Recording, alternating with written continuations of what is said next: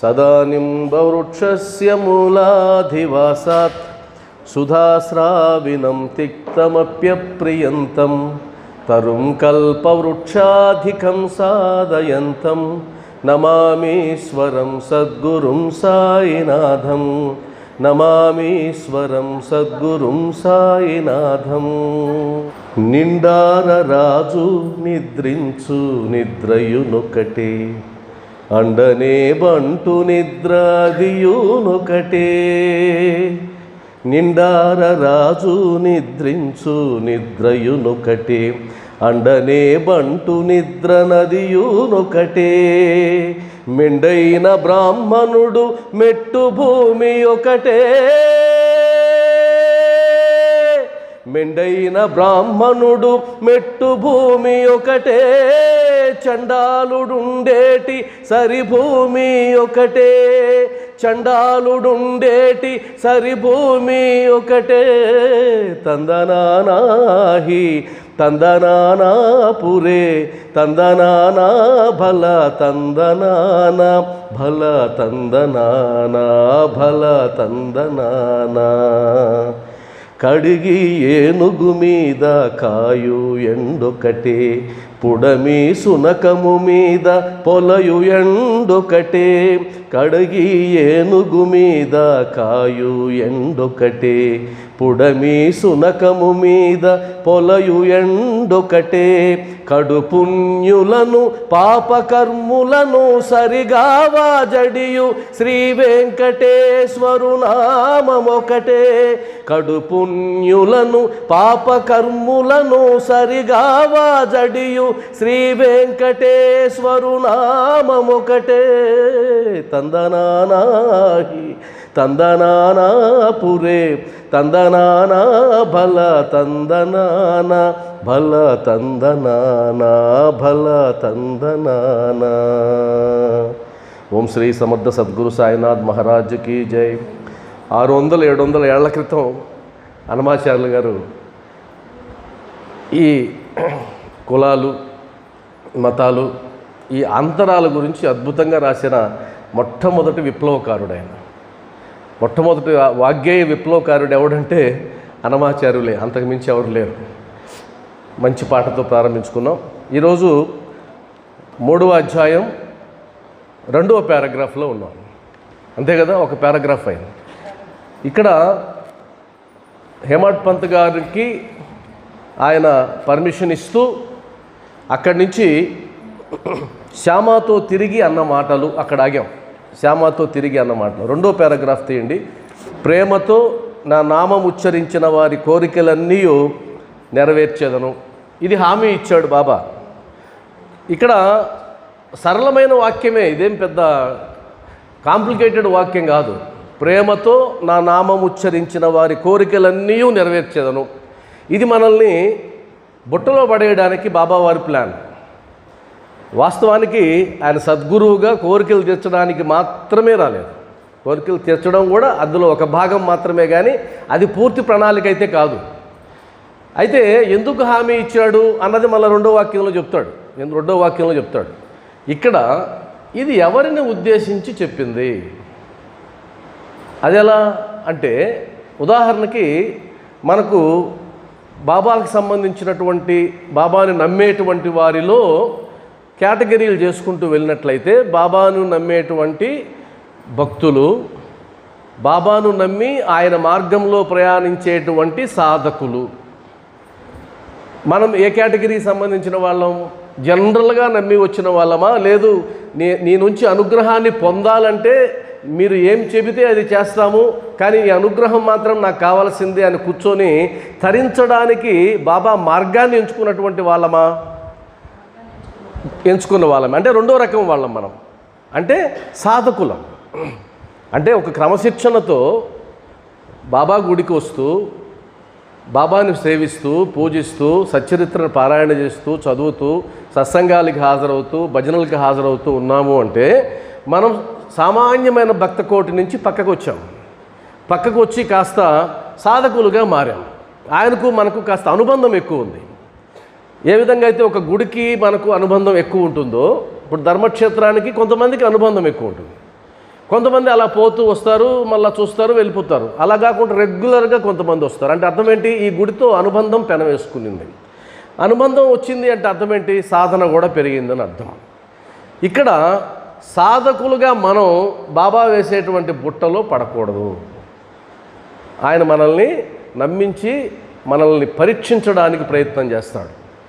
మనకు కూడా కోరికలు ఇవ్వడానికి అలా ప్రయత్నం చేస్తే మనం నిక్కచ్చిగా నీ ప్లాన్ మాకు తెలుసు, మమ్మల్ని బుట్టలో పడవేయడం నీ వల్ల కాదు అని కొద్దిగా మొరాయించాలి, కొద్దిగా.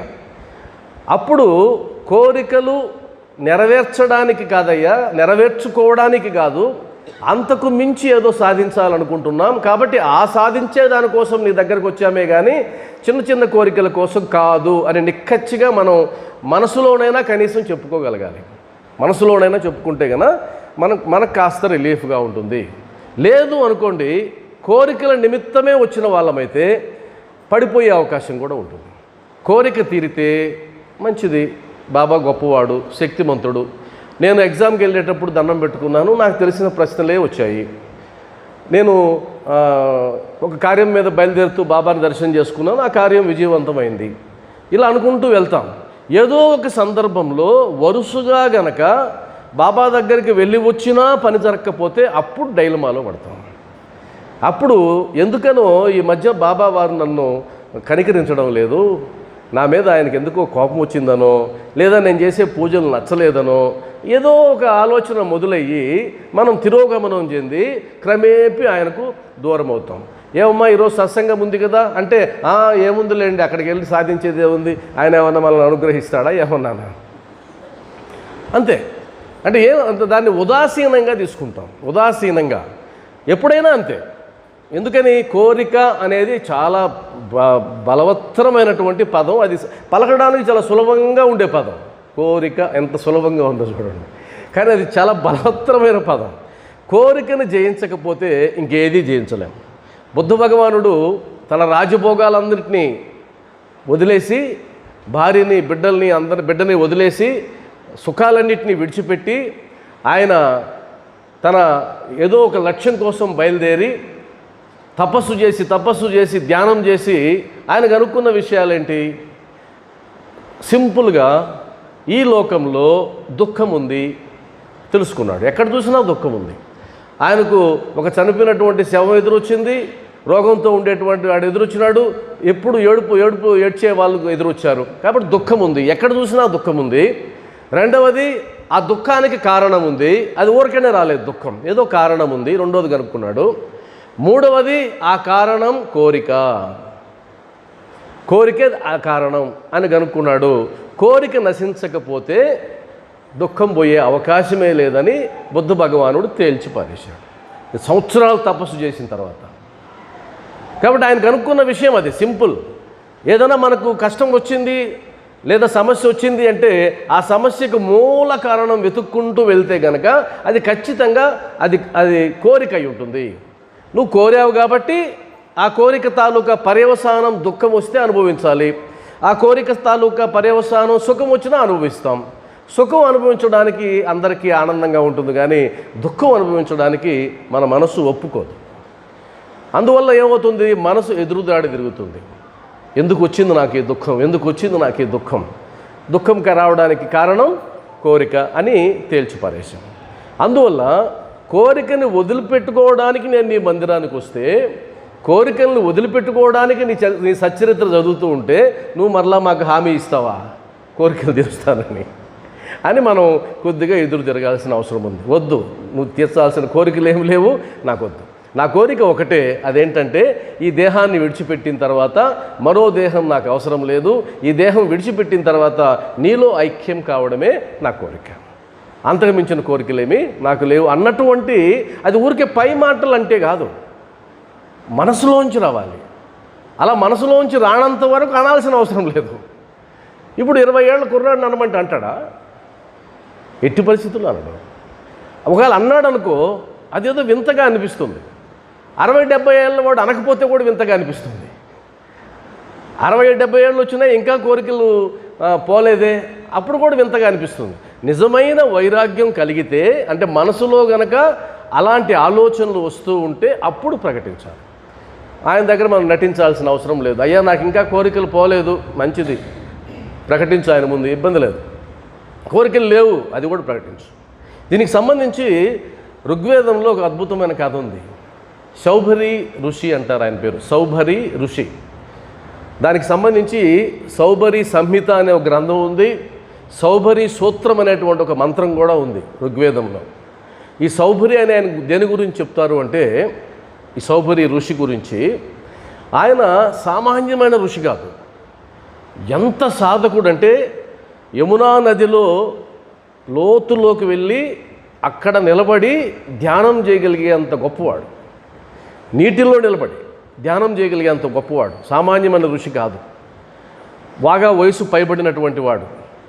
ఆయన ఒకరోజు ధ్యానం చేస్తూ ఉంటే చూడకూడని దృశ్యం ఒకటి చూస్తాడు. ఆ చూడకూడని దృశ్యం ఏమీ కాదు, 2 చేపలు సంభోగించుకోవడం చూస్తాడు. ఆయనకు కోరిక పుడుతుంది. కోరిక పుట్టి ఎలాగైనా సరే ఈ కామ కోరిక తీర్చుకోవాలి అని ధ్యానంలోంచి బయటకు వచ్చిన తర్వాత ఎలా తీర్చుకోవాలని తపన పడుతూ తిరుగుతాడు. ఇది అంత గొప్ప ఋషి. అక్కడ అయోధ్యకు సంబంధించిన రాజు మాంధాత అని ఉంటాడు. మాంధాత దగ్గరికి వెళ్తాడు. ఆయన గొప్ప రాజు. ఆయనకు 50 మంది కుమార్తెలు. అప్పుడు ఫ్యామిలీ ప్లానింగ్ ఏం లేదు. 50 మంది కుమార్తెల్లో ఆయన రాజు దగ్గరికి వెళ్ళి ఈయన రాగానే ఆయన భయపడి, ఎందుకు భయపడతాడు? తపోనిష్ఠుడిని చూస్తే ఎవరికైనా భయమే, శాపం పెడతాడేమో నాకు, అంతే కదా. కాబట్టి భయపడి ఆయన్ని ఆదరించి కూర్చోబెట్టి, స్వామి నీకు ఏం చెయ్యాలి నేను సపర్యలు, మీరు ఏం కోరుకుంటారు అని అంటే ఆయన సింపుల్గా కోరుకుంటాడు. ఏమనంటే, నీకున్న 50 మంది కుమార్తెల్లో ఎవరో ఒకరిని నాకు ఇచ్చి పెళ్లి చేయమంటాడు.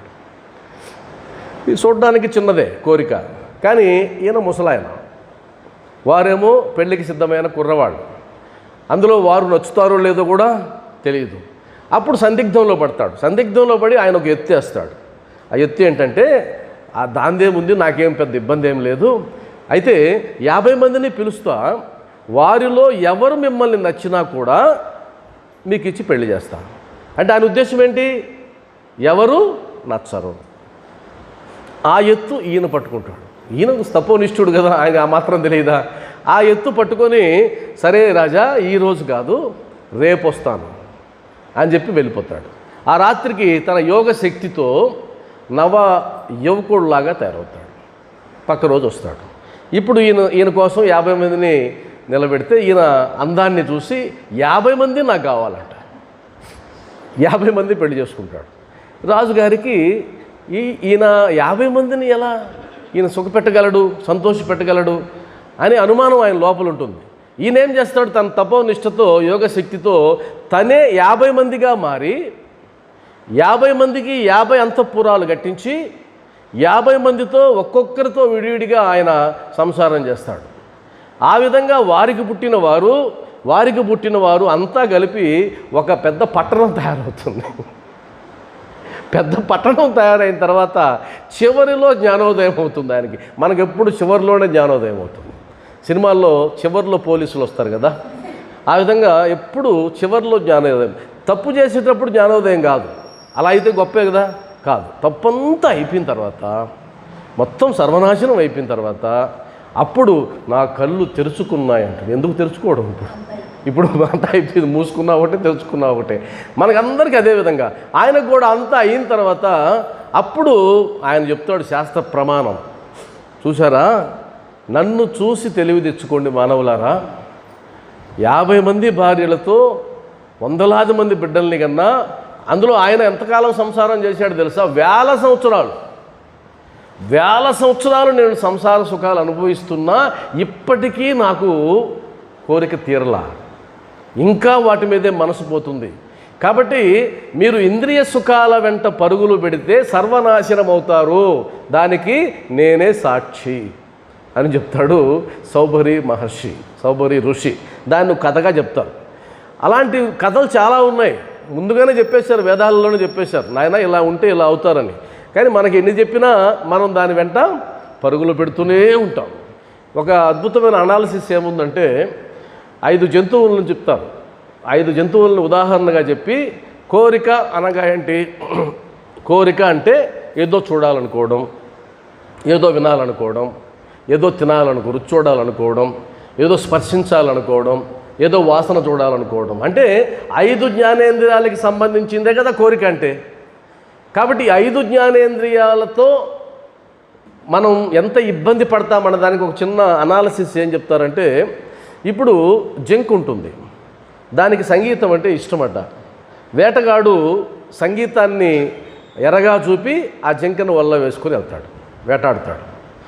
2 స్పర్శ, గజం, ఏనుగుని చెప్తారు, మదగజం అంటాం. అది ఎప్పుడైతే ఆ స్పర్శించాలనేటువంటి కోరిక పుట్టిందో దానికి ఆడ ఏనుగును ఎరగా వేసి ఈ ఏనుగును బంధిస్తారు.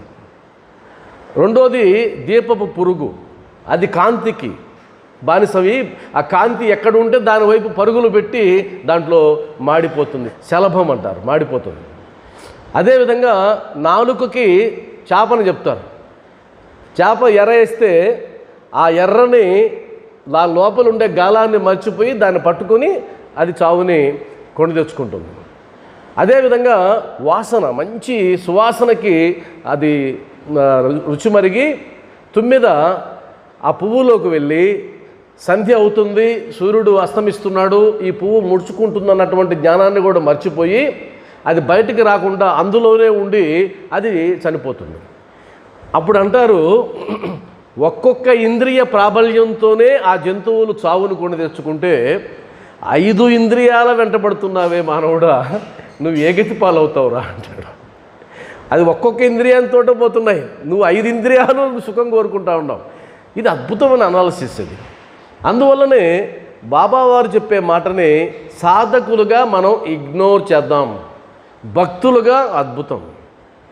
మీరు భక్తులైతే బాబావారు ఇచ్చిన హామీని తీసుకోండి, లేదు సాధకులైతే ఆయన మాటల్ని పెడచెవిని పెట్టండి, మీరు కూడా ఎదురు తిరిగి చెప్పండి, మాకు అవసరం లేదు.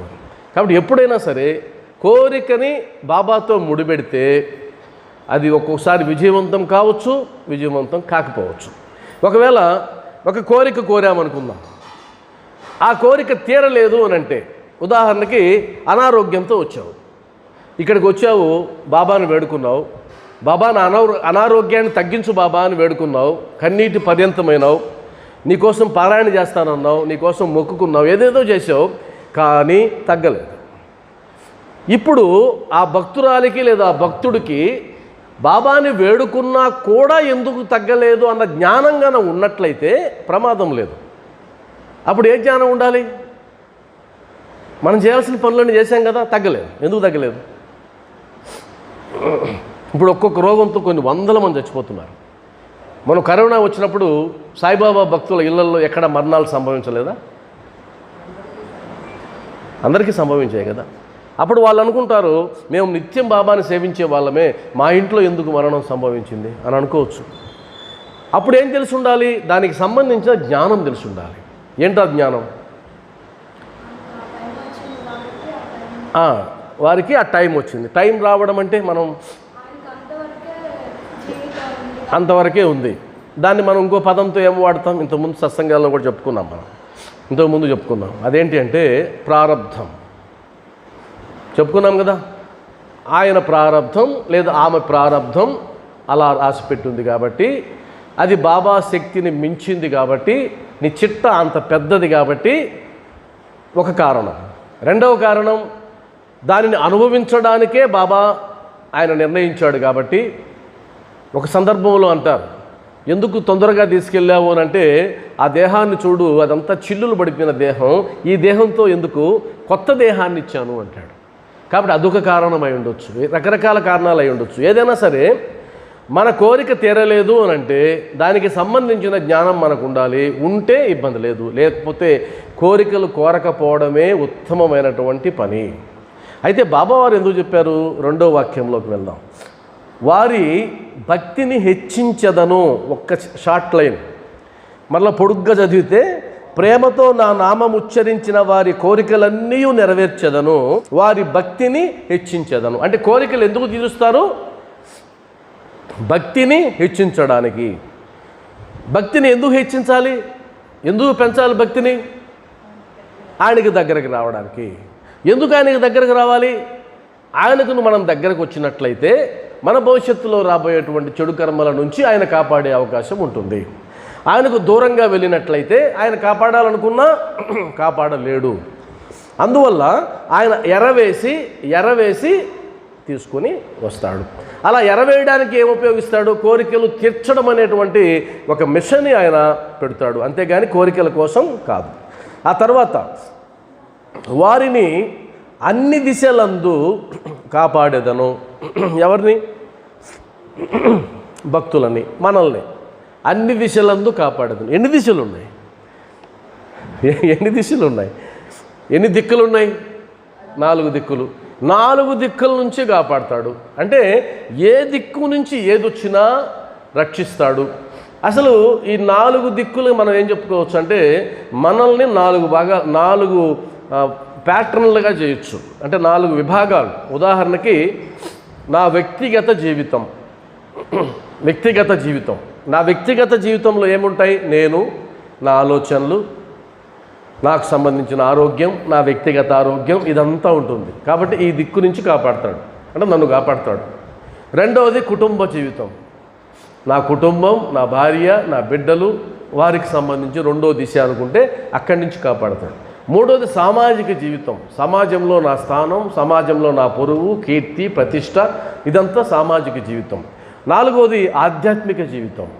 స్పిరిచువల్గా నేను ఎలా వెళ్తున్నాను, ఎలా తీసుకెళ్ళాలి, బాబా ఇంకెలా నన్ను నడిపించాలి అంటే అన్ని దిశల నుంచి అన్నాడు కదా, మనం ఈ 4 దిశలు పెట్టుకుందాం, సులభంగా ఉంటుంది. బాబా నన్ను 4 దిశలుగా కాపాడుతాడు.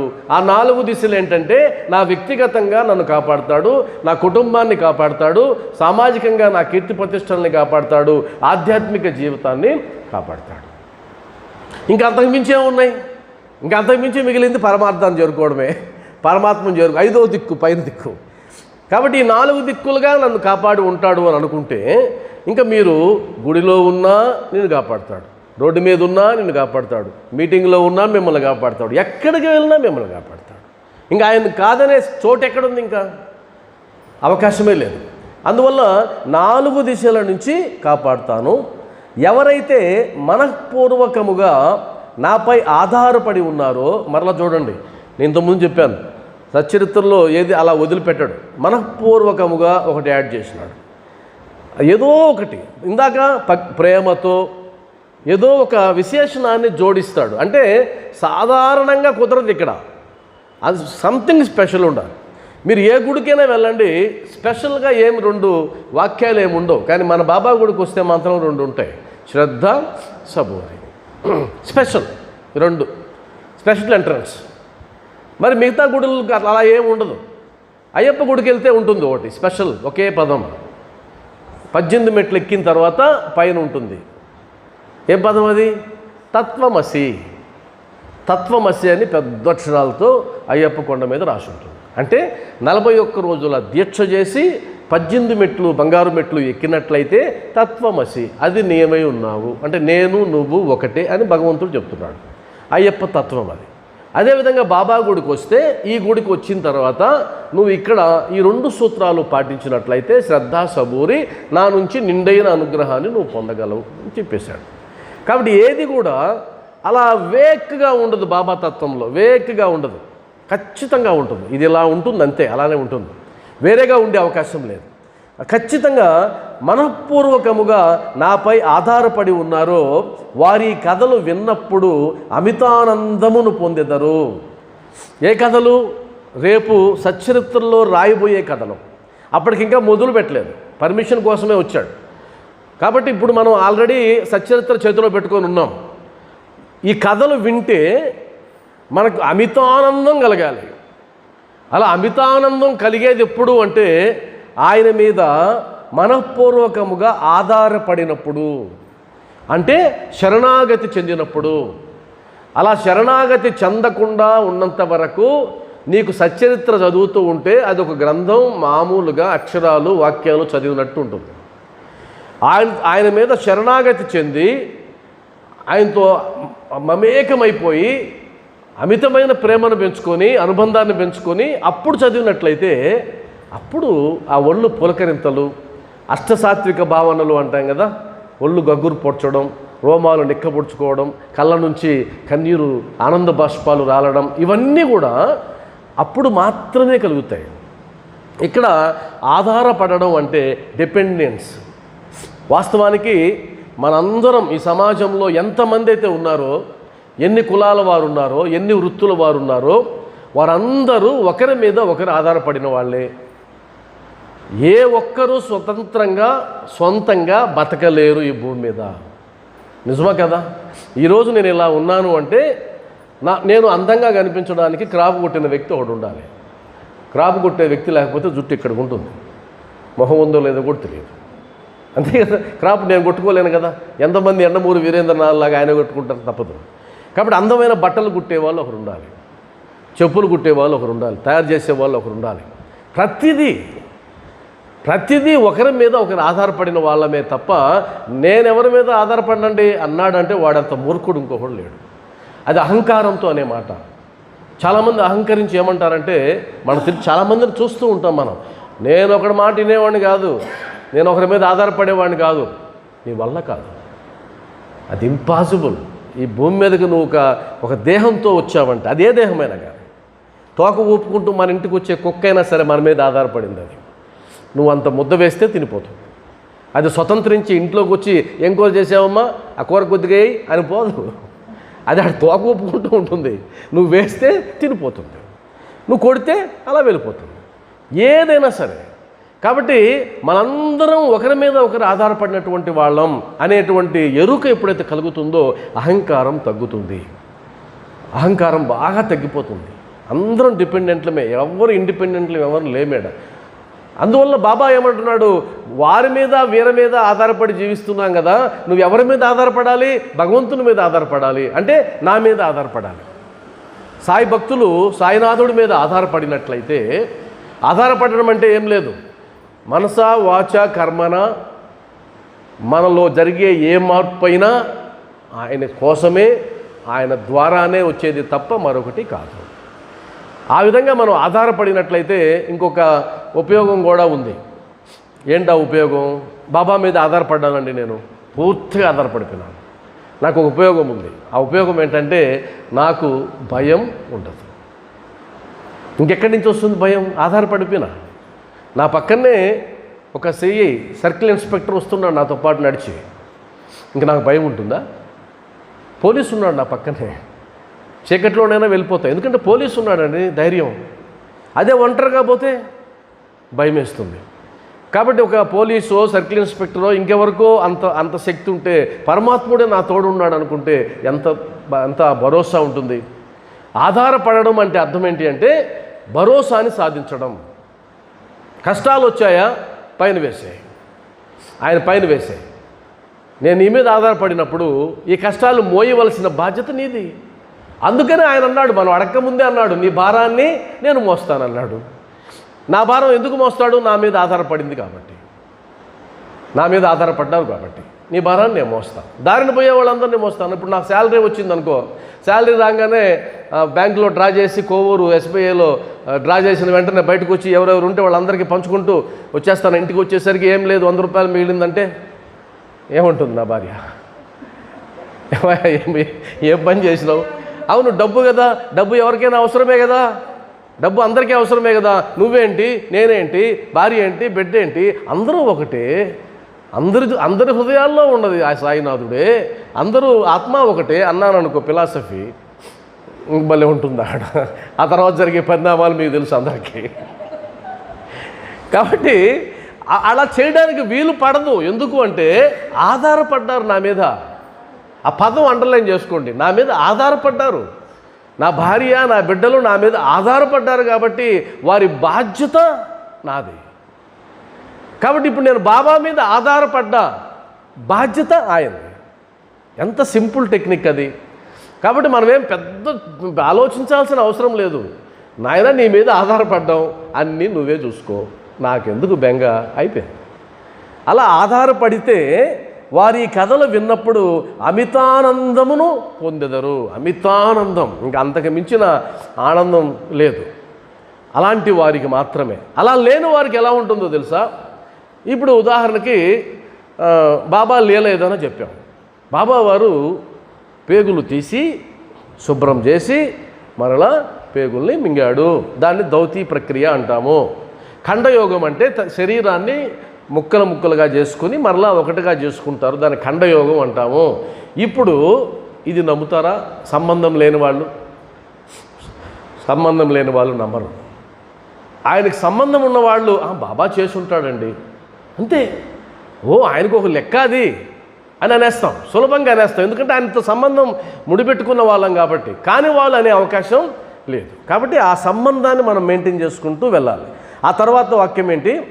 నా లీలలను గానము చేయు వారికి అంతులేని ఆనందం శాశ్వతమైన తృప్తి ఇచ్చేదని నమ్మము. గానం చేసేవాళ్ళు సపరేట్ బ్యాచ్ ఉంటుంది. ఇది ఒక బ్యాచ్ ఉంటుంది కదా, అందరూ పాడలేరు. బాబా పాటలు అందరూ పాడలేరు. రోహిల్లా లాగైతే అందరూ పాడచ్చు. రోహిల్లా పాట అనుకో, దానికి గానం అవసరం లే, ఎవరైనా పాడచ్చు, పెద్ద కేకలేసుకుంటూ పోవడమే. కాబట్టి రోహిల్లా లాగా కాకుండా కొద్దిగా శ్రావ్యంగా పాడాలనుకోండి, అప్పుడు అది గానం చేసేవాళ్ళు. గాయకులు అని అంటాం కదా, భజన చేయడానికి అందరిని పిలుస్తారు. కుమార్ గారు పాడేవాళ్ళని పిలుస్తారు. అందరూ పిలిస్తే అటు గందరగోళం ఉంది. అసలు పిలిచిన వాళ్ళతోనే తలకాయ నొప్పి. పిలిచిన వాళ్ళు కూడా ఎలా ఉంటారంటే తీవ్రవాదుల్లాగా ఉంటారు. ఇక్కడేమో ఏం రాశాడంటే గానము చేయవారికి అంతులేని ఆనందం శాశ్వతమైన తృప్తి. అబ్బా, బాబా పాట పాడే అవకాశం వచ్చిందండి. అప్పుడు కుమార్ గారు ఫోన్ చేసి, అమ్మా ఈరోజు చెప్పాను కదా ఈరోజు ఉందని భజన, రెడీ అయినారా? లేదండి, బంధువులు వచ్చారు, ఈరోజు కుదరదు, ఈసారి చూస్తా. ఎంత అహంకారం! అంటే నీకు బాబా పాట పాడే అవకాశం ఇచ్చినాడు, ఆ శక్తిని ఇచ్చినాడని దాన్ని అంత దుర్వినియోగం చేసి అహంకరిస్తావా? చుట్టాలు ఉండమను, ఏమవుద్ది? అమ్మ మీరు ఉండండి, లేదా అద్భుతమైన కార్యక్రమాన్ని తీసుకెళ్తారండి, కూర్చుందాం, బ్రహ్మాండంగా పాడుకుందాం రండి అంటే మేము వస్తే మీరు సత్సంగాలకు వెళ్తారా? అలా అనుకునే చుట్టాలు నీకెందుకు వదిలేయి, అలా అనుకునే చుట్టాలు నీకెందుకు వదిలేయి అంటే నిక్కచ్చిగా ఉండాలా. నువ్వు దైవకార్యాన్ని పిలుస్తున్నావు కానీ నువ్వు షాపింగ్ మాల్కి పిలుస్తున్నావా? దైవకార్యాన్ని పిలుస్తున్నావు. దైవకార్యాన్ని పిలిచినప్పుడు ఆనందంగా రావాలా. మధ్యాహ్నం భోజనం కూడా పెట్టిస్తారు కదా, ఖచ్చితంగా భోజనం ఉంటుంది, భోజనం చేసేసి రావచ్చు. అట్లా పుణ్యం పురుషార్థం రెండు కలిగినాయి ఆనందంగా. కానీ అంత సులభంగా కాదు. అంటే మేము పాడగలం అనేటువంటి గర్వం ఎవరికైతే ఉంటుందో లోపల అహంకారం, వాళ్ళ నుంచి వచ్చే మాటలు. ఈరోజు పాడుకునే అవకాశం వచ్చింది, ఎప్పుడెప్పుడు వెళ్ళి పాడదామా అని ఉండాలి. ఇంట్లో పాడుకున్నదే కదండి ఫిలాసఫీ చెప్తారు కొంతమంది. ఇక్కడ పుట్టుకొస్తుంది ఫిలాసఫీ. అక్కడికి వెళ్ళి పాడితే నేను నా ఇంట్లో పాడుకుంటా. అంత ఫిలాసఫీ తెలకెక్కితే అలా మాట్లాడడం అసలు మనం నటిస్తాం అంతే, అంత మించేంలే.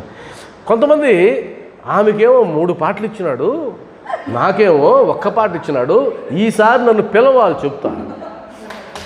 అవునా కదా? ఉన్నారా లేదా? అలాంటి సందర్భాలు ఉన్నాయా లేదా? ఖచ్చితంగా ఉంటాయి. అంటే నాకు తెలియదు, నేను అందులో తగులుకోను, నాకు సంబంధం లేదు. అంటే వాస్తవానికి కొంతమంది అలిగి కూడా రారు తెలుసా? అలిగి రారు, మేము రాము. ఇంకా ఆయన అది అక్కడి వరకు వదిలేస్తే సంతోషమే. ఆయనకు ఆమె పాడితేనే ఇష్టం. మళ్ళీ ఇదొక డొంక తిరుగుడికి వెళ్తారు, ఇది ఇంకా ప్రమాదం. అక్కడ వరకు సంతోషం. అందువల్ల అలాంటి వదిలిపెట్టుకోకపోతే ఇంకెందుకు భజనకి వెళ్ళడం అవసరం. ఇప్పుడు ఉదాహరణకి ఈ గుడికి అటాచ్మెంట్తో ఒక 100 మంది 200 మంది భక్తులు ఉన్నారనుకుందాం, రెగ్యులర్గా వచ్చేవాళ్ళు. వాళ్ళల్లో ఒక 5 మందికో 6 మందికో పాడే అవకాశం ఇచ్చాడు బాబా. అంతే కదా? మీరు ఆనందంగా పాడాలి. నీ టర్న్ కోసం ఎదురు చూడు. అసలు వాస్తవానికి పాడడం కంటే ఎవరన్నా పాడితే వినడం అలవాటు చేసుకుంటే ఇంకా అద్భుతంగా ఉంటుంది. నీ దగ్గరకు వచ్చిన తర్వాత అమ్మ నువ్వు పాడు, పిలుపు వచ్చింది పాడు. అప్పుడు కూడా ఎందుకులే వాళ్ళు పాడనండి అంటే ఈమె స్పెషల్గా పాడాలి అన్నప్పుడంతా పాడదేమి, ఈమె పిలిచినప్పుడంతా పాడదు. ఈమెకి స్పెషల్ అకేషన్ ఉండాలి, జనం అందరూ రావాలి. ఆయన పోంగానే పాడమంటాడు, ఆడెవరు ఉండరు. ఇదొక దజ్జాడ్యం. మళ్ళీ అంటే నువ్వు ఎవరి కోసం పాడుతున్నావు? జనం రావాలా, జనం బాగా రావాలా, నిండా రావాలా. ఇది ఎన్ని జాడ్యాలు. వీటిని మనం విడిచిపెట్టుకుంటూ వెళ్తే అప్పుడు ఈ వాక్యం కరెక్ట్ అవుతుంది. అప్పుడు ఏమన్నాడు బాబావారు? నా లీలలు గానము చేయు వారికి అంతులేని ఆనందం. పాడుతూ ఉంటే అబ్బా బాబా కనిపించాలంతే, బాబా కనిపించాలి. ఒక లీల పాడుతూ ఉంటే పాడేవారికి ఆ లీల కనిపించకుండా, వినేవాళ్ళకి ఆ లీల కనిపించకుండా ఉన్నట్లయితే అది నిస్సత్తుతో సాగేటువంటి భజన కార్యక్రమం. మనకు రమణ ఒకడు దొరికాడు, ఏది వినబడినేడు, ఏది చేయనీడు. మొదలు పెట్టాడంటే ఎప్పుడు ఆపుతాడో తెలియదు, ఎట తిరుక్కుంటాడో తెలియదు, ఏం చేస్తాడో అతనికే తెలియదు. రమణ గారు మీకు వచ్చేది కూడా ఆయనే కదా, బ్రహ్మాండంగా మంచి మంచి వాయిద్యగాడు. కాకపోతే ఆయనకున్న పెద్ద జబ్బు ఏంటంటే ఆయనకు 2 మైకులు పెట్టాలి. ఎందుకంటే నా సౌండ్ వినబడాలి, నీ పాట కంటే నా సౌండ్. ఇదొక జాడ్యం, అంటే ఒక్కొక్కరికి ఒక్కొక్క జాడ్యం. అందువల్ల ఎప్పుడు కూడా వాటిని మనం ఒకవేళ ఉంటాయి మన లోపల, సహజంగానే ఉంటాయి అందరికీ. మనం ఏం చేయాలి, తగ్గించుకుంటూ దగ్గరికి వెళ్తూ ఉండాలి. అంటే మంచి మార్గంలోకి వెళ్ళేటప్పుడు ఇవి కొన్ని తగులుకుంటాయి. ఎవరికైనా సరే మనకు ఒక నైపుణ్యం ఉంది అంటే కనుక ఆ నైపుణ్యం ఉన్న వాళ్ళకి కాస్త అహంకారం ఉంటుంది, కాస్త ఉంటుంది. అది తప్పేం కాదు. అది ఎలా ఉండాలంటే బాబా పాటలు పాడే అవకాశాన్ని నాకు మాత్రమే ఇచ్చాడు చూసావా, అలా అహంకరించు, మంచిదే. నాకు గొప్ప అవకాశం ఇచ్చాడు, బాబాకి నేనంటే భలే ఇష్టం, నా పాట అంటే భలే ఇష్టం, కాబట్టి నా దగ్గర పాడించుకుంటాడు. ఇది మంచి భావన, ఇది అహంకారం కిందకి రాదు, అది మంచిది. కాబట్టి ఈ వాక్యాన్ని అర్థం చేసుకొని అంతులేని ఆనందం రావాలి, శాశ్వతమైన తృప్తి రావాలి. అది బాబా గాయకులకు మాత్రమే సాధ్యం. బాబా గానాన్ని అలా చేయాలి. తర్వాత వాక్యం, ఎవరైతే నన్ను శరణు వేడెదరో, భక్తి విశ్వాసములతో నన్ను పూజించెదరో, నన్నే స్మరించెదరో, నా రూపమును తమ మనస్సును నిలుపుకొనెదరో, వారిని దుఃఖబంధముల నుండి తప్పింతును. పెద్ద వాక్యం ఇది. ఇవన్నీ రిపీటెడ్గా వచ్చినట్టే ఉంటాయి, కానీ మనం విడగొట్టుకుంటూ వెళ్ళాలి. ఇది అలవాటు చేసుకోవాలండి. మనం చదివేటప్పుడు కూడా అలవాటు చేసుకోవాలి. నేనైతే మీకు సజెషన్ ఇచ్చా ఇంతకుముందు కూడా, సచ్చరిత్ర చదివేటప్పుడు వితౌట్ నోట్స్ చదవద్దు, నోట్స్ పెట్టుకోండి పక్కన, అది అధ్యయనం కిందకు వస్తుంది. అలా చదివేస్తే పారాయణ లేదా ఇంకో అధ్యయనం. ఎలా అంటే ఆ వాక్యాన్ని ఇంకొకసారి రాయండి, ఇంకొకసారి చదువుకోండి, దానికి ఏదైనా కింద మీకు డౌట్స్ ఉంటే రాసుకోండి. ఇలా చేస్తున్నందువల్ల ఏమవుతుందంటే అది బాగా గుర్తుండిపోతుంది, ఎప్పటికీ గుర్తుండిపోతుంది. అది జరగాలి, ఆ మదనం జరగాలి. ఇప్పుడు ఎవరైతే నన్ను శరణు వేడెదరో, శరణు వేడడం అంటే సరెండర్ అయిపోవడం. ఒక్కసారి సరెండర్ అయిపోయిన తర్వాత నువ్వు బయటకు రావడానికి వీల్లేదు. ఇప్పుడు తెలుసు కదా, సరెండర్ అవుతారు. ఈయన కోర్టులో సరెండర్ అయినాడు అంటాడు. కోర్టులో సరెండర్ అయిన తర్వాత జడ్జి గారికి హాయ్ చెప్పి మళ్ళీ వస్తానండి అంటే కుదరదు. సరెండర్ అయిన తర్వాత నువ్వు ఉండాలి, నోరు మూసుకొని జడ్జి గారు ఏం చెప్తే చేయాలి. కాబట్టి శరణు, బాబా నువ్వే నాకు శరణం అంటే సరెండర్ అయినావు. ఇంకా నీ ఇష్టాలతో పని లేదు, ఇంకా ఆయన ఇష్టాలే మనల్ని నడిపించాలి. కాబట్టి శరణు వేడెదరో, భక్తి విశ్వాసములతో నన్ను పూజించెదరో. మరలా చూడండి 2 పదాలు, భక్తి విశ్వాసం 2 తగిలిచ్చాడు. విశ్వాసముతో నన్ను పూజించెదరో, నన్నే స్మరించెదరో. చాలామందికి అర్థం కాని విషయం ఏంటంటే స్మరించడంలో ఉన్నటువంటి ఆనందం ఇంక దేంట్లో దొరకదు. ఇప్పుడు పూజ చేయాలనుకోండి, నీకు కొంత ఖర్చు అవుతుంది. పూలు తేవాలా, ధూపదీపాలు వెలిగించాలన్నా కాస్త ఖర్చు అవుతుంది. స్మరించడానికి ఏం ఖర్చు అవుతుంది? ఏం ఖర్చు లేదు. పూజ చేయాలన్నా, అర్చన చేయాలన్నా, అభిషేకాలు చేయాలన్నా ఖర్చుతో కూడుకునింది, ధనం కావాలి. కానీ స్మరించడానికి ఏం అవసరం లేదు. బాబా నామాన్ని అలా అనుకుంటూ ఉండడమే. మరి స్మరించకుండా ఉండగలవా? నువ్వు ఏదో ఒక దాన్ని స్మరించాలి. బాబాని స్మరించకుండా ఉంటే నేను ప్రశాంతంగా కుదరదు. నువ్వు దేనో దాన్ని నువ్వు ఖచ్చితంగా స్మరించాల్సిందే. ఒక్కొక్కసారి భార్యని, ఒక్కొక్కసారి భర్తని, ఒక్కొక్కసారి డబ్బుని, ఒక్కొక్కసారి ఉద్యోగానికి సంబంధించిన బాధ్యతని, ఇలా రకరకాల స్మరణలు ఉంటాయి మనకు. ఎన్ని స్మరణలు ఉన్నా సరే బాబా స్మరణ లోపల పోతూ ఉన్నట్లయితే, మనకు తెలియకుండానే పోతూ ఉన్నట్లయితే అది అద్భుతమైనటువంటి ప్రక్రియ, ఖర్చు లేని ప్రక్రియ. నువ్వు పూజ చేయాలంటే కూర్చోవాలి, ఎదురుగ్గా బాబా పటం ఉండాలి, మూర్తి ఉండాలి. స్మరించడానికి నువ్వు నడిచిపోతున్నా చేయొచ్చు, నువ్వు ఎక్కడికి వెళ్తున్నా చేయొచ్చు. కాబట్టి ఎక్కువ మనకు ఉపయోగపడే ప్రక్రియ, మనల్ని బాబా ముందు నిలబెట్టే ప్రక్రియ ఏంటంటే స్మరించడం. సాయి సాయి సాయి సాయి, అంతే. స్మరించుకుంటూ వెళ్తే ఎప్పుడన్నా డిప్రెషన్ వచ్చిందనుకోండి, ఆందోళన ఖచ్చితంగా వస్తుంది. జీవితం అన్న తర్వాత ఆందోళన లేకుండా ఎక్కడ ఉంటుంది? ఆనందం లేని వాళ్ళు చూడొచ్చు, కానీ ఆందోళన లేని వాళ్ళు మాత్రం చూడలేము. ఖచ్చితంగా ఏదో వారికి తగ్గ ఆందోళన. మనకు ఒక సామెత ఉంది కదా, ఎంత చెట్టుకి అంత గాలి.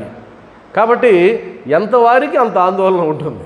ఆందోళన ఉన్నప్పుడు కనుక ఆందోళనే మరలా గుర్తుకొస్తూ ఉంటుంది. అదొక జబ్బు. దానికి ఉన్న పోగాలం ఏంటంటే, ఒక కష్టమైనటువంటి పని జరిగితే, ఒక కష్టం జరిగితే అది మర్చిపోనివ్వదు. అది అనుక్షణం గుర్తుకొస్తూనే ఉంటుంది. అలా గుర్తుకొచ్చే దానిని నువ్వు బ్రేక్ చేయాలంటే ఆ కష్టాన్ని స్మరించడానికి బదులుగా బాబాని స్మరించు. అప్పుడు నీకు క్రమేపీ తగ్గుతూ వస్తుంది, దాని ప్రభావం తగ్గుతూ వస్తుంది. ఆ కష్టాన్ని కూడా మర్చిపోతావు. మొదట్లో ఉన్నంత ఉండదు సారం ఎప్పుడు కూడా. దొంగలు పడ్డారనుకోండి మన ఇంట్లో, ఆ రోజు ఉదయాన్నే ఎలా ఉంటుంది? ఆ ఇంట్లో ఆపశోపాలు ఉంటాయి, గందరగోళం ఉంటుంది. మనకంటారు కదా, ఆపశోపాలు అంకమ్మ కోల్పని. అలా ఉంటుంది. దారిని పోయే వాళ్ళు కూడా పిలిచి చెప్తారు, మా ఇంట్లో దొంగతనం జరిగింది, ఎంత బంగారు పోయిందో తెలుసా అని. అంటే అర్థం ఏంటి? రాత్రి దొంగతనం పడితే ఉదయం లేచి ఆనందంగా ఉండలేము. అది ఎవరి వల్ల కాదు. అది ఆ బాధ అనేది ఉంటుంది. అది ఎంతకాలం ఉంటుంది ఆ బాధ? పక్క రోజు, 2 రోజులు, 3 రోజులు, నెల రోజుల తర్వాత కూడా మీరు వాళ్ళ ఇంటికి వెళ్తే దొంగలు పడ్డారండి అంటారా? అలా ఏమి ఉండరు. అది డైల్యూట్ అవుతూ వస్తుంది సమస్య. మీరు ఎప్పుడైనా ఒక కొండ గుర్తు ఏంటంటే, సమస్యకు అది 100% ప్రభావం చూపించేది ఆ సమస్య ఉన్నదని నువ్వు కనుక్కున్న రోజు. అక్కడ నుంచి ప్రభావం తగ్గుతూ ఉంటుంది. ఉదాహరణకి మన ఇంట్లో అబ్బాయికి 10వ తరగతిలో మార్కులు తగ్గాయి అనుకుందాం. ఎప్పుడు ప్రభావం ఉంటుంది? అది రిజల్ట్స్ వచ్చిన రోజు. ఆ తర్వాత క్రమేపీ తగ్గుతూ వస్తుంది. ఏ సమస్య అయినా ఇంతే. ఇప్పుడు మనం ఏం చేయాలంటే, అది ఎప్పుడో తగ్గేది పక్కన పెట్టి మనమే తగ్గించాలి. ఎలా? నామస్మరణతో, బాబా నామస్మరణతో మనమే తగ్గించాలి. లోపల మాట్లాడుకోవచ్చు. దొంగలు పడ్డారు, ఆ బాధ ఉంది. బాబా ఏ కారణంతో దొంగలు పంపించావో, ఏ కారణంతో నా సొమ్ముని వాళ్ళకి ఇచ్చేసావో అది నీకు తెలియాలి, నాకు తెలియదు.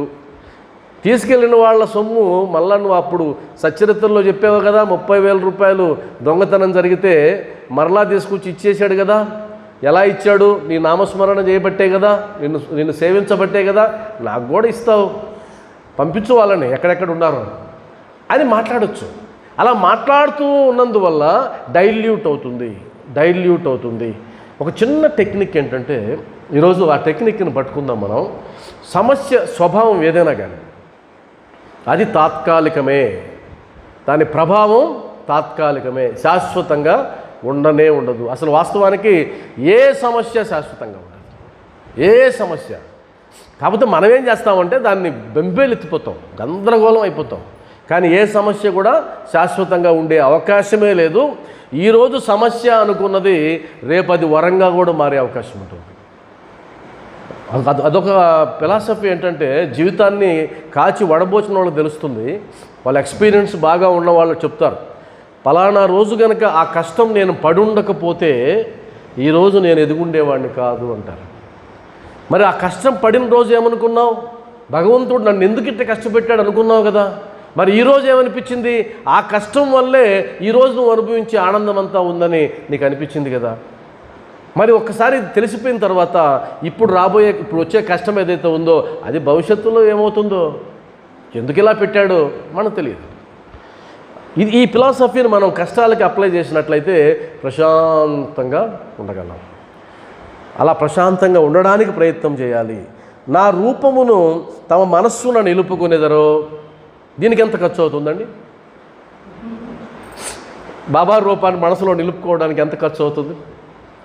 Zero cost. ఇదంతా జీరో కాస్ట్, ఏం ఖర్చు కాదు. వారిని దుఃఖబంధనముల నుండి తప్పింతును. 2 ఉన్నాడు, శరణు వేడెదరో, నో కాస్ట్. అక్కడ కాస్ట్ అయ్యేది ఏంటి? పూజించెదరో, అక్కడ కాస్ట్, అక్కడ మాత్రమే ఖర్చు. మిగతా అదేది కూడా ఖర్చు లేదు. కాబట్టి పూజ తీసి పక్కన పెడదాం, ఇవి చేద్దాం. పూజించడం సులభమా వేడడం, లేదా శరణవ్వడం, శరణాగతి కావడం సులభమా? పూజించడం సులభం, శరణాగతి కావడం సులభం కాదు. అది చాలా కష్టమైన పని. అది పూజించడం సులభం కాబట్టి సులభమైంది పక్కన పెడదాం, కష్టమైంది పట్టుకుందాం. నామాన్ని స్మరించడం సులభం అనిపిస్తుంది కానీ సులభం కాదు, అది చాలా కష్టం. అవన్నీ కష్టమే కానీ నువ్వు సాధించగలిగితే అప్పుడు తెలుస్తుంది బాబా ప్రభ ఏంటో. అసలు ఎక్కడి నుంచి వస్తుందండి దుఃఖం? రమ్మన్నా రాదు. ఆ తర్వాత వారిని దుఃఖ బంధనముల నుండి తప్పింతును. బాబా ఎంత అద్భుతంగా చెప్పేశాడు చూడండి. దుఃఖమే లేదు ఇంకా. అంటే శరణు వేడినా, పూజించినా, స్మరించినా, ఆయన రూపాన్ని మన మనసులో నిలుపుకున్నా దుఃఖం, దానికి సంబంధించిన బంధనం ఉండదు. దుఃఖాన్ని గురించి, ఆ దుఃఖం ఎక్కడి నుంచి అయితే వచ్చిందో దాని నుంచి పరిపూర్ణమైనటువంటి విముక్తి. కాబట్టి ఎవరైనా ఇంక దుఃఖం గురించి మాట్లాడకూడదు. దుఃఖం గురించి మాట్లాడారంటే ఈ 4 పనులు చేయడం లేదని అర్థం. కష్టం గురించి మాట్లాడితే ఈ 4 పనులు చేయడం లేదని అర్థం. ఇప్పుడు ఎవరన్నా వచ్చి ఈ కష్టం ఉందంటే 4 పనులు చేయము. 1 శరణు వేయడము, 2 పూజింపము, 3 స్మరింపము, 4 బాబా రూపాన్ని మనసులో నిలుపుకోనము. ఎంత అద్భుతమైనటువంటి సూత్రం మనమే చెప్పవచ్చు, అందరికీ ప్రచారం చేయొచ్చు. ఈ పని చేయి, ఈ పని చేస్తే దుఃఖం ఉండదు, దుఃఖం ఉంది అంటే ఆ పని చేయడం లేదు. ఇది బాబా ఇచ్చిన వాగ్దానం.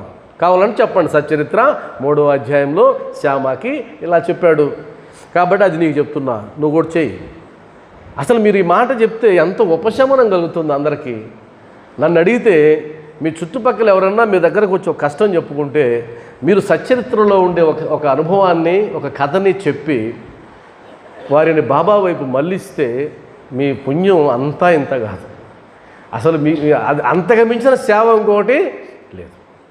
చెప్పగలగాలి, సచ్చరిత్రలో ఇలా ఉందమ్మా, ఇలా కష్టాలు వచ్చిన వారి బాబా ఇలా చేయమన్నాడు, ఇలా చేయండి. లేదా ఈరోజు రండి గుడికి వెళ్దాం, నేను కూడా మీకోసం ప్రార్థిస్తా అని కూడా తీసుకురావడం, ఇలా అలవాటు చేయాలి. ఇప్పుడు రకరకాల యావిగేషన్స్లో ఉన్నారు జనాలు, వాళ్ళు అవే సుఖాన్ని ఇస్తాయని పోతున్నారు. మనం కొద్దిగా అవగాహన వచ్చింది, తెలుసుకున్నాం. ఈ తెలుసుకున్న దాన్ని మనతోనే ఉంచుకుంటే ఎలా? మనం కాస్త 10 మందికి పంచాలంటే రండి పోదాం, మా గుడికి పోదాం రండి అని తీసుకురావాలి. ఒకసారి చూడండి ఎంత అందంగా ఉన్నాడు ఆయన అనండి. వాళ్ళకి తెలుసు బాబా ఉన్నాడని, కానీ మీరు అనండి. చూసారా ఎంత అందంగా ఉన్నాడో, ఎంత ఆనందంగా ఉన్నాడు చూసారా? ఆయన ఉంటే మనకేంటమ్మా దిగులు? ఆయన పాదాలు పట్టుకోమ్మా, దిగులు లేదు. కొన్ని దేవాలయాల్లో అయితే పాదాలు పట్టుకోనిరు, ఇక్కడ బ్రహ్మాండంగా పట్టుకొని ఇస్తారు. రా పోదారా, ముందు నువ్వు వెళ్ళు, తర్వాత నేను వస్తా. ఒక్క భక్తురాలని ఆ విధంగా తీసుకురండి, మీకెంత తృప్తి కలుగుతుందో తెలుసా? బాబా అనుగ్రహం పుణ్యం పక్కన పెట్టేద్దాం, మీకెంత ఉంటుంది ఆ రోజు రాత్రి, ఎంత హాయిగా ఉంటుంది. ఈరోజు ఒకరికి నేను మంచి మాట చెప్పగలిగినాను అని మీతో 1 గంట సత్సంగం చేసిన తర్వాత ఆ రోజు రాత్రి నాకు ఎంత రిలీఫ్ ఉంటుందో తెలుసా? మరలా ఆదివారం కోసం నేను ఎదురు చూస్తూ ఉంటాను. మీరు చూస్తారు లేదు నాకు తెలియదు, కానీ మేమైతే ఎదురు చూస్తూ ఉంటాను. నేను వచ్చేటప్పుడు అదే మాట్లాడుతూ వస్తున్నా, చాలా గ్యాప్ వచ్చినట్టుంది వారానికి. మనకే అలా ఉందా, వాళ్ళకు కూడా ఉందా అని నేను అంటూ వస్తూ ఉన్నా. కాబట్టి ఎంత గ్యాప్ వచ్చినట్టు అనిపిస్తూ ఉంది. కొద్దిసేపు కూర్చొని సాయి భక్తులు అందరూ కూర్చొని కాసేపు మాట్లాడుకుంటే ఎంత తృప్తిగా ఉంటుంది, అందరూ కలిసి మాట్లాడుకుంటే. ఇప్పుడు నేను ఒక్కడే కూర్చొని మాట్లాడుకుంటే ఎలా ఉంటుంది? కాబట్టి 10 మంది ఉండాలి, 10 మంది ఉండేటట్టుగా మనం చూసుకోవాలి. తర్వాత ప్రాపంచిక విషయములన్నిటినీ మరచి, చూడండి ఎంత అద్భుతంగా మలిచాడో ఆ వాక్యాలు. ఇక్కడ ముందు వాక్యంలో చూస్తే ఈ స్మరించడం, పూజించడం ఇవన్నీ ఉన్నాయి కదా. మళ్ళీ పక్క వెంటనే వాక్యంలో ఏముందంటే ప్రాపంచిక విషయాలన్నిటినీ మరచి అని ఉంది. ఎందుకంటే దుఃఖం పోవాలి అంటే ఈ ప్రాపంచిక విషయాలు పోవాలి. ప్రాపంచిక విషయాలు ఎప్పుడు పోతాయంటే నువ్వు బాబాను పట్టుకుంటే పోతాయి. అంటే సింపుల్, ఈ వాక్యం చదివిన తర్వాత సింపుల్ టెక్నిక్ చెప్తాను మీకు. ప్రాపంచిక విషయములన్నింటినీ మరచి నా నామమునే జపించుచు, మరలా నో కాస్ట్, నామమునే జపించుచు, నా పూజనే సల్పుచు, ఇందాక వాక్యాలు రిపీట్ అయినాయి. మరలా నా లీలలను, నా చరిత్రములను మననము చేయుచు, గుర్తు తెచ్చుకుంటూ ఎల్లప్పుడూ నన్ను జ్ఞప్తి ఉంచుకుని వారు ప్రపంచ విషయముందట్లు తగులుకుందరు. ఇందాక దుఃఖ బంధనముల నుండి తొలగించాలి అంటే ఈ 4 పనులు చేయండి అన్నాడు. ఇక్కడేమన్నాడంటే ఈ 4 పనులు చేసేవాళ్ళు ఇంకా ప్రపంచ విషయాలు ఎలా తగులుకుంటారు? ప్రపంచ విషయాలు తగులుకునే సమయం నీకు ఎక్కడిది? నీకు సమయం దొరికితే బాబా నామాన్ని స్మరిస్తుంటివి, బాబా రూపాన్ని చూస్తుంటివి, బాబా పూజ చేస్తూ ఉంటుంది. ఇంకా ప్రపంచ విషయాలతో నీకు సంబంధం లేదు. ఎప్పుడైతే ప్రపంచ విషయాలతో సంబంధం లేదో ఇంకా దుఃఖం ఎక్కడి నుంచి వచ్చింది నీకు? ఎప్పుడైతే దుఃఖం వస్తుంది అలా తగులుకుంటేనే దుఃఖం వస్తుంది. విడిపోవడం మొదలు పెడితే దుఃఖం లేదు. సింపుల్ లాజిక్ ఏంటంటే ఒకటి పట్టుకోవాలి అంటే ఇంకొకటి విడిచిపెట్టాలి. ఇది అద్భుతమైన సూత్రం. బాబాని పట్టుకోవాలి అంటే ఇంకేదో నువ్వు విడిచిపెట్టాలి. పట్టుకోవడం ఎందుకు చెప్తున్నావు? బాబాని పట్టుకోమ్మా అంటే నువ్వు ఇంకేదో పట్టుకున్నావు కాబట్టి నీకు దుఃఖం కలుగుతూ ఉంది, కష్టం వస్తూ ఉంది, కాబట్టి దాన్ని విడిచిపెట్టు. ఈయన పట్టుకో. అది విడిచిపెట్టను సార్, 2 చేతులు ఉన్నాయి, ఒక చేతితో ప్రపంచాన్ని పట్టుకుంటా, ఇంకో చేతితో బాబాని పట్టుకుంటా. ఉట్టికి కాదు, స్వర్గానికి కాదు, త్రిశంకు స్వర్గంలో ఉంటాం మనం. అది విడిచిపెట్టాం, ఇది విడిచిపెట్టాం. కనీసం విడిచిపెట్టడానికి ట్రై అయినా చేయండి, ప్రయత్నం అయినా చేయాలి కదా. మనం ప్రయత్నం చేయాలి. తగులుకోవడానికి ఇష్టపడకూడదు. ఉదాహరణకి మన ఇంట్లో ఉన్నామనుకోండి, 4 గదుల్లో ఉన్నాం. 4 గదుల్లో ఉన్నప్పుడు వంటగదిలో ఉన్నప్పుడు మన ఆలోచనలు వేరేగా ఉంటాయి, బెడ్రూమ్లో ఉన్నప్పుడు ఆలోచనలు వేరుంటాయి, హాల్లో ఉన్నప్పుడు ఆలోచనలు వేరుంటాయి. మన ఇంట్లో ఒక్కొక్క గదిలో ఒక్కొక్క రకమైన ఆలోచనలు ఉంటాయి. బాబా దగ్గరికి వచ్చినప్పుడు ఇన్ని ఆలోచనలు వస్తాయా? ఒకే ఆలోచన బాబా, అంతే. కానీ అక్కడ వంటింట్లోకి వెళ్ళామనుకో, కూర, ఈరోజు ఏం కూర, దానికి సంబంధించిన విషయాలు, కూర అలా చేస్తే బాగుంటుంది, ఇలా చేస్తే బాగుంటుంది, ఉప్పు తక్కువైందో ఎక్కువైందో ఒకసారి నోట్లో వేసుకొని చూసుకోవడం, ఇదంతా ఉంటుంది. హాల్లోకి వచ్చామనుకో, పరమ దుర్మార్గమైన స్థలం అది. అది ఇంకా దానికి మించిన స్థలం లేదు. అంటే మన ఇంట్లో ఉండే నరకప్రాయమైన స్థలం ఏదన్నా ఉందంటే అది హాలే. హాలు, ఎదురుగ్గా సోఫా, ఎదురుగ్గా దెయ్యం. ఇది ప్రపంచం మొత్తాన్ని ఆ పెట్టిలో చూపిస్తుంది. మనకు ఒక చేతిలో ఒకటి, అయ్యా ఈ ప్రపంచం కావాలా పట్టుకో, ఈ ప్రపంచం వద్దు బాగాలేదు, ఇంకో ప్రపంచం.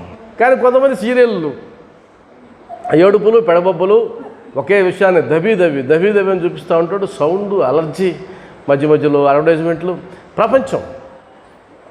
అక్కడ కూడా ఇంకో ప్రపంచం ఉంది. బాబా పాటలు, బాబా కీర్తనలు ఏదో వినొచ్చు, కానీ మనకు అది అంత ఇష్టం ఉండదు. కాబట్టి ప్రపంచ విషయం ముందేలా తగులుకుందురు ఎవరు నన్నే పూజిస్తూ, నన్నే స్మరిస్తూ, నా సేవ చేస్తూ, నా లీలలనే చూసేవాళ్ళు ప్రపంచం బంధనంలో ఎలా తగులుకుంటారో ప్రపంచ విషయంలో తగులుకోకపోతే దుఃఖం ఎలా వస్తుంది?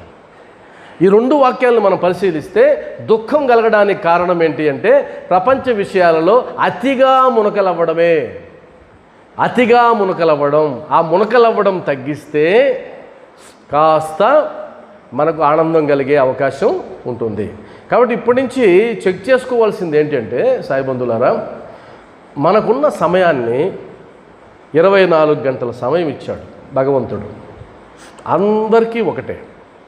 ఒక ఆటో రిక్షా డ్రైవర్కి 24 గంటలే, బిల్ గేట్స్కి 24 గంటలే, భిక్షగాడికి 24 గంటలే, ఉద్యోగస్తుడికి 24 గంటలే, సాయి బంధువుకి 24 గంటలే. 24 గంటల్లో ఏ సమయాన్ని ఎలా చేస్తున్నాం? మీరు నిజంగా చెప్తున్నా, మీరు రాయండి. ఇంకా అది అక్వార్డ్గా అనిపించవచ్చు, ఏంటి మనం చిన్నపిల్లలాగా రాసేది. చిన్నపిల్లలు రాయకపోయినా ఏం కాదు, మనం రాయాలి. ఎందుకంటే ఆ విలువ మనకు తెలిసింది కాబట్టి. సమయం విలువ మనకు తెలుసు, పిల్లలకేం తెలుసు? పిల్లలు వేస్ట్ చేస్తూ ఉంటారు సమయాన్ని, కానీ మనం వేస్ట్ చేయలేం కదా, మనకు తెలుసు కదా. కాబట్టి రాయండి. ఆ రాసినప్పుడు నీకు ఒక అద్భుతమైన విషయం ఏమర్థమవుతుందంటే ఇంత సమయాన్ని నేను వృధా చేస్తున్నానా అనేది తెలుస్తుంది. అప్పుడు ఆ వృధా అయ్యే సమయంలో ఏమేం చేస్తే బాగుంటుందో ఆలోచించాలి. అట్లా మెటీరియలిస్టిక్గానైనా చేయండి. వ్యాపారం డెవలప్ కావడానికి ఆలోచిస్తే ఆలోచించాలి. ఏదైనా మంచిది అంటే కేవలం ఆధ్యాత్మికంగానే చేయాల్సిన పని లేదు. ఒక విషయం ఏంటంటే సమయం వృధా కాకూడదు. నీ పిల్లలతో మాట్లాడతావా, మంచిది చేయండి, ఏదైనా చేయండి. నేను ఒక నెల్లూరులో ఉండే ఒక కార్పొరేట్ కాలేజీ కాడికి వెళ్ళా. ఆఫీస్ కాడికి వెళ్తే, సార్ నేను కరస్పాండెంట్ గారితో మాట్లాడాలి అంటే అక్కడ ఉన్నారండి చైర్ వేసుకొని అన్నాడు. నేను ఆయన దగ్గరికి వెళ్తే ఆయన చైర్ వేసుకొని కూర్చొని ఉన్నాడు, ఎవరు లేరు, ఒక్కడే కూర్చొని ఉన్నాడు. నేను మరలా ఆఫీస్కి వచ్చి అక్కడ ఎవరు లేరండి, ఒక్కడే ఉన్నాడే అని అంటే, అవునండి ఆయన ఒక్కరే ఉన్నారు అన్న. ఏం చేస్తున్నారు అన్నాడు. ఆలోచిస్తున్నారండి అన్నాడు. నాకేం తల తిరిగింది. ఆలోచిస్తున్నారా? ఇది ఒక పనే? ఆలోచించడం ఒక పనే అని మళ్ళీ అడిగా. ఏంటి సార్ ఆలోచించడం ఏంటంటే, సార్ అంతేనండి, ఏదైనా ఒక విషయం వచ్చిందంటే ఆయన కుర్చీ చేసుకొని కూర్చుంటాడు, ఇంక దాని గురించి ఆలోచిస్తూ ఉంటాడు. అది 1-2 గంటలు కావచ్చు. ఆయనకు ఒక సమాధానం వచ్చిన తర్వాత అక్కడి నుంచి వస్తాడు. గొప్ప విషయం కదా అది, చాలా గొప్ప విషయం. అలాగైనా సమయాన్ని వృధా చేయకుండా ఉండొచ్చు. అలా చేస్తే ఖచ్చితంగా ఇప్పుడు మా వయసు ఉన్న వాళ్ళకి, నా వయసు ఉన్న వాళ్ళకి, ఉద్యోగం చేస్తూ ఉన్న వాళ్ళకి ఖచ్చితంగా 4 గంటల సమయం మిగులుతుంది. మీరు ఎలా లెక్కలు వేసుకున్నా సరే, ఎంత పెద్ద బిజినెస్ చేస్తున్నా సరే, ఎంత పెద్ద ఉద్యోగం చేస్తున్నా 4 గంటల సమయం రోజుకి దొరుకుతుంది. అది కొంతమందికి ఉదయం దొరకవచ్చు, కొంతమంది మధ్యాహ్నం, కొంతమంది సాయంత్రం, గంట. ఈ 4 గంటల సమయాన్ని మీరు ఏం చేస్తున్నారో లెక్క తేల్చండి. కుటుంబం కోసం 1 గంట ఖర్చు పెట్టండి, పిల్లలతో మాట్లాడండి. అంటే మీరు రెగ్యులర్ చేసే పనులు కాకుండా ఎక్స్ట్రా ఇంకొక 1 గంట సేపు పారాయణ చేయండి, ఇంకొక 1 గంట సేపు బాబాతో మమేకం అవ్వండి, బాబాతో మాట్లాడండి. మీరు అలా చూస్తే ఎంత టైం మిగులుతుందో తెలుసా? అప్పుడు కొన్ని గ్రంథాలు తీసుకొని చదవడం మొదలుపెట్టండి. మనసు విప్పారుతుంది, మైండ్ ఎవాల్వ్ అవుతుంది.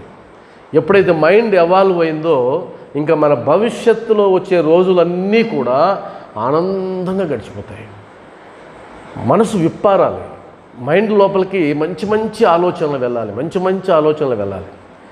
ఎన్ని మంచి ఆలోచనలు మీరు నింపగలిగితే అంత అద్భుతంగా జీవితం ఉంటుంది. ఎందుకంటే మన జీవితాన్ని శాసించేది మన ఆలోచనలే. నిన్ను కష్టంలో కొంగదీసేది నీ ఆలోచనలే. వాటిని మార్చుకోవాలి. ఇప్పుడు మనం 4 వాక్యాలు మాట్లాడాం. ఈ 4 వాక్యాల్లో చాలా ఇన్ఫర్మేషన్ మనకు అందింది. ఇప్పుడు మళ్ళా ఆదివారం మళ్ళా మాట్లాడతాం. ఈలోగా మీరు ఇంకొక 10 వాక్యాలు, ఇంకొక 2 పేజీలు చదివి మీరు కూడా ఆలోచించడం మొదలుపెట్టారనుకుందాం. మరలా వచ్చే ఆదివారం నేను కూడా మాట్లాడాను అనుకుందాం. ఇంకా మీకు అది ప్రింట్ అయిపోతుంది, అధ్యాయం ప్రింట్ అయిపోతుంది. అప్పుడు మీరు అనర్గళంగా మాట్లాడవచ్చు. ఓం శ్రీ సచ్చిదానంద సమర్థ సద్గురు సాయినాథ్ మహారాజ్ కీ జై.